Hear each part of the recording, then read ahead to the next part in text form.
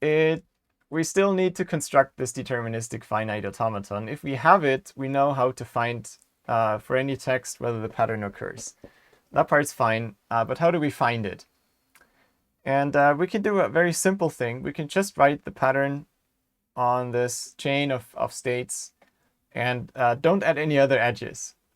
This is not a valid DFA because we don't know where to go if we say are in state 4 and read a C.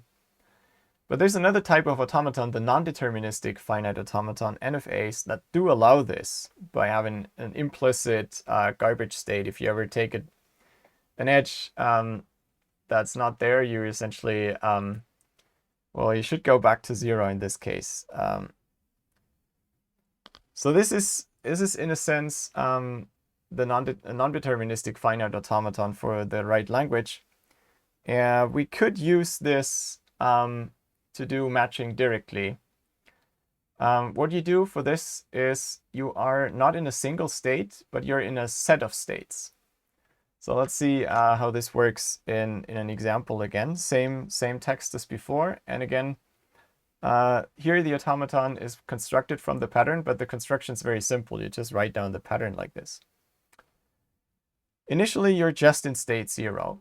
Now, after you read A, you can either take this edge to 1 or you stay in 0. So you're, in a sense, in a quantum sense, maybe you're in both states 0 and 1. You don't know which one it really is, and both are possible. You read another A, that can take you from 0 to 1, but you already are in state 1. Or it can take you from 1 basically to nothing, so that state's dropped, but you can still stay in state 0 and also add the 0 again. So you get 0 and 1. Now, if you read a B, things become a little more interesting. For the parallel world that was in state 1, the B takes us to state 2. So we have state 2 in the new set. We could also have been in state 0, and then a B would have taken us back to state 0. So we can be in states 0 and 2 after reading the B here. If we now read an A, we get from state 2 to state 3. We get from state 0 to state 0 or to state 1. So now we have all of these as a possibility. If we now read C, then no matter where we were, the 3 cannot continue with the C. So that parallel universe just collapses and is gone. The same for the 1. Whereas if we are in state 0, we would again stay there. So we always have state 0 in this automaton. Okay, if you continue simulating it like this, always go from all possible states of the world to all possible successor states. Then what you reach here is there's a state where I do have the state 7, the accepting state, as one possible way the world could have come. And that means I accept. So at this point, again, I have found my pattern. It's the same occurrence as before. So this is all fine. In principle, this would work. But maintaining these sets of states and going through all possible states each time and finding what could be this new successor states, that's almost as expensive as doing the brute force algorithm. So this is not quite helpful yet. Now again, theoretical computer science comes to the rescue here in that you can always take an Nfa and transform it into a DFA. There's an algorithm called the Powerset Construction, and there's another algorithm called the Myhill-Nerode DFA minimization.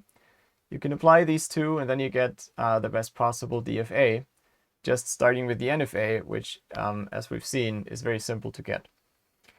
But here the objection from the programmer or algorithms person is that the state space can blow up exponentially. That's what's coming from this power set. So this might not be very efficient.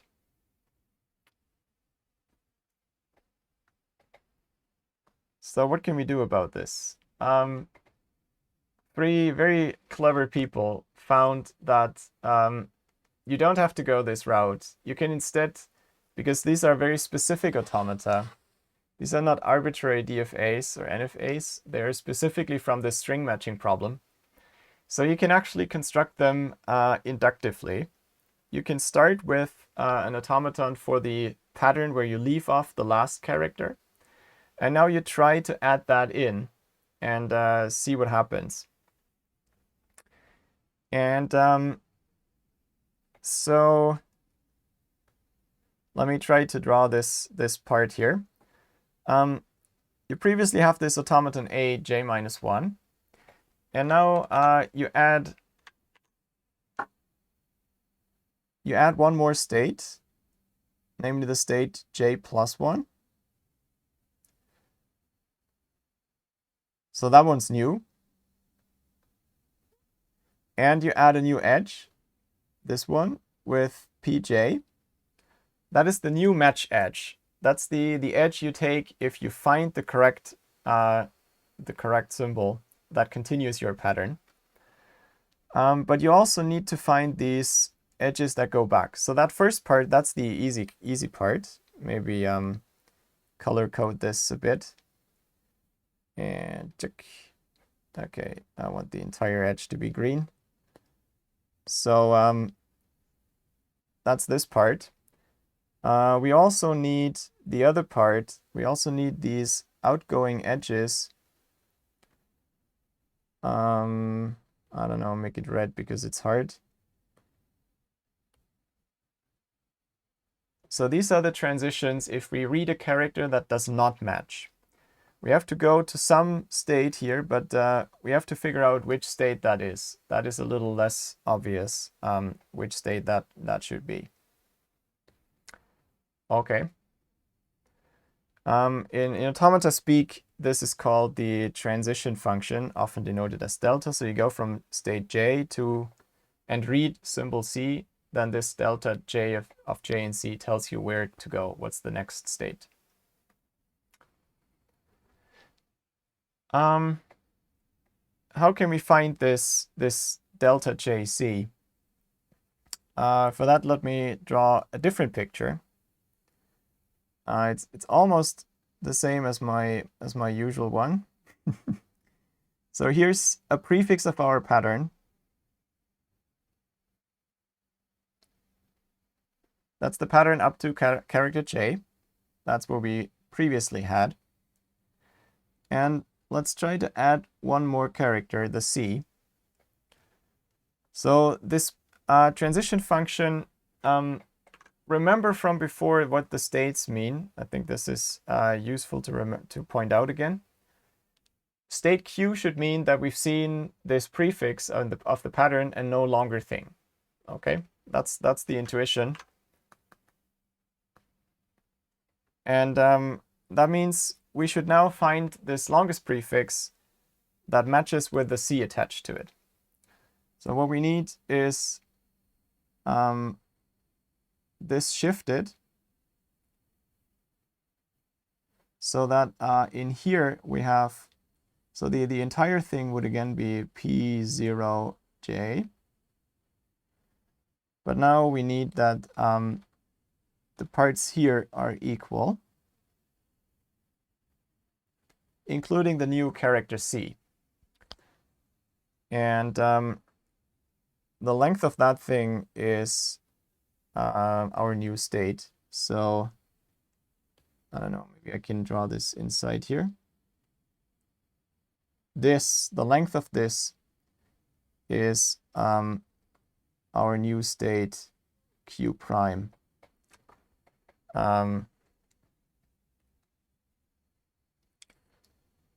So again, this is what we want. We currently have seen a prefix of the pattern. Now we read one more character that doesn't match. That means we have to shift our pattern to the right, but we want to take as many of the matching characters as possible. So we only want to shift as much so that we have the next part that is aligned and all these characters match. So we want the length of the longest prefix of the current match. That is a suffix of this thing. So it's a suffix when I cut off the first character. I don't want the same string again. And that's the state of the automaton after reading this. And that state is less than j, because this length red cannot be as long as the current match. It has to be strictly smaller. There was a mismatch, so we have to shift by at least 1. And that means it's we find the red thing again in our automaton that we already have. Okay? Because the state number is smaller, we already know that this state is in the automaton, and we never need to go beyond state j. So in a sense, we can run this old automaton and on the one shorter thing, and from that we get the next the transitions for the new state. This might sound a bit abstract and complicated. There's a concrete example coming up next. I just want to point out that this seems to require simulating the smaller automaton m times sigma times. Whenever I add a new state, I have to simulate it for all possible symbols. And fortunately, that's not the case. But maybe let's go back and do an example in this automaton here.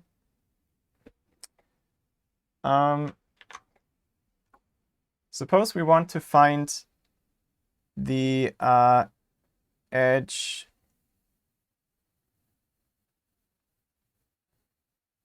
that goes from state 3 with an A. So we currently have constructed only this part of the automaton.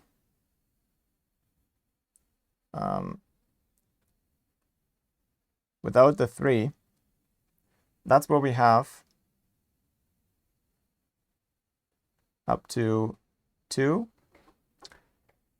Now we're adding this new state, and we're adding this edge. That's the easy edge. Now we need these 2 edges. What happens if I read an A? What happens if I read a C? So let's look at what happens if I read an A. I currently have in state 3, we have this P0J, and the new C. What we read is A, B, A, and then another A. ABA is the prefix of the pattern that we found when we reached state 3. And now we read an A, which is not the right character. We can't move forward, but we have to jump back. What we do now is we leave off the first A and simulate the automaton on BAA. So we essentially ignore this A here. So let's do that. We start in the initial state. B takes us back to 0. A takes us to 1. Simulate A again, so we end in state 1. And voila, this is where from 3 the arc goes to. That goes to state 1. This is exactly what happens here. So to construct one new edge, we can take what we currently read from the pattern plus the new symbol, and we just take the first character off and simulate that in the automaton. Then you get the result of the target of that edge. That works fine. Just again, this seems like it's very expensive. Okay, so that's this comment. It would work, but it's not what we want because it's slow. A second insight from the same 3 clever people shows you can actually do this last step in one shot by simply doing a copy step and 1 update. And I found this is so nicely explained in these lecture videos of Robert Sedgwick and Kevin Wayne that there's no way I'm going to explain this in a nicer way, so I'll just show you this video instead. So here goes. Well, let's take a look at a demo that does the full construction for the Kmp Dfa. Here goes, again, one state for every character plus an except. Match transitions are easy. We build those, and we're going to start at position 0, and the mismatch transitions are easy. So what I was saying is what you see here in this table is the targets of the arcs here. If you're in state 0 now, you read an A, that takes you to state 1. So that's why this entry in that row and in that column is a 1. You're currently in state 0, you read an A, that takes you to state 1. And the other two take you to state 0. Okay. Back to Cedric.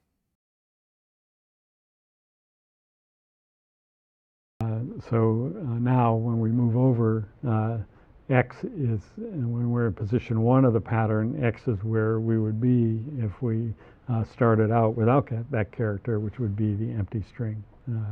We start out with just filling in zeros. For state 0, and we can do that without any further reasoning. But now we've got X initialized. So now what we need to do is fill in the mismatch transitions for state 1. So what are they? They're what would happen if we found those characters and we were in state X. If we found an A, we'd go to state 1. If we found a C, we'd go to state 0. And maybe you notice that's just taking the entries corresponding to the entries we need from X's column and putting it in J's column. That's all it is. And then we need to update X, which is where it would be if we matched a B. So we'll stay in, X will stay in state 0. So now let's look at state 2. So we need to fill in what would happen if we got a B and what would happen if we got a C. Well, it's what would happen if we were in state X and we got a B or a C. So all we do is move those 2 zeros over to column 2. And then don't forget we have to update X, and X goes where the machine would go if we saw an A, that transition from 2 to 3. So we just move X to state 1. So now we have X in state 1 and we're doing position 3. And now you can see how really simple the algorithm is once it gets going. Now the mismatch transitions are A and C, and that's what we have to fill in for column 3. But those mismatch transitions were already computed. That's where X would go that's where it would go if we happen to be in state 1. So we move the 1 and 0 from column 1 over to column 3. And again, we update X. And when we see a B, X goes to state 2. And again, you can check what is X supposed to be. It's supposed to be where you would be if you started the machine on the pattern with the first letter cut off. So it's supposed to be where would you wind up if you got BAB, and that's a check. All right, so now it's straightforward. State 4, we have to fill in B and C. We go to X's column and copy over B and C from X's column.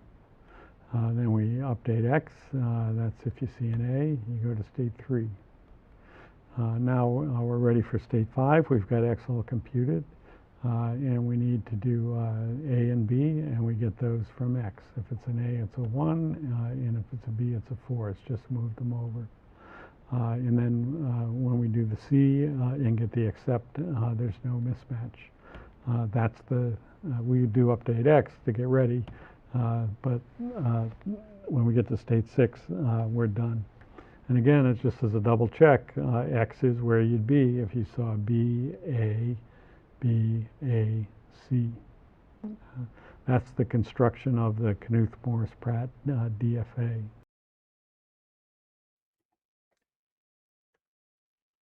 All right, there we're back.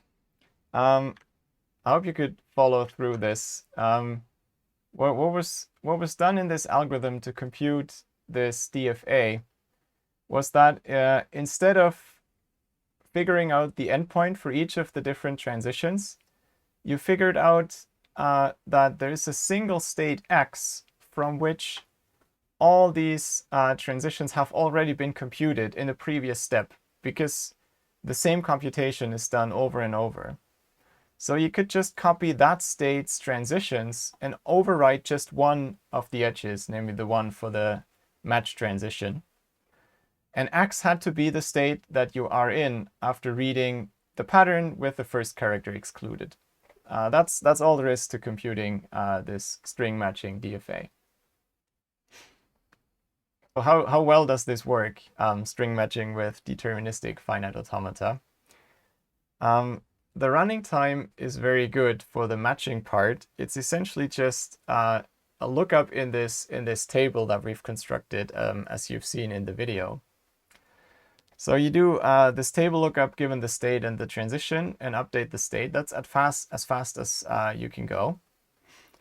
Building the automaton, it needs m times sigma time because you do need to write that table. You have to copy these columns. Initially, it looked like we might get another factor of sigma, but this is really the time that we need. And so the total time is this n for the matching part and m times sigma for constructing the automaton. And we also need m times sigma space. That is just the size of this transition table. The good things about matching with string matching automata with DFAs is the matching time is really hard to beat. These table lookups are almost as easy as you can get.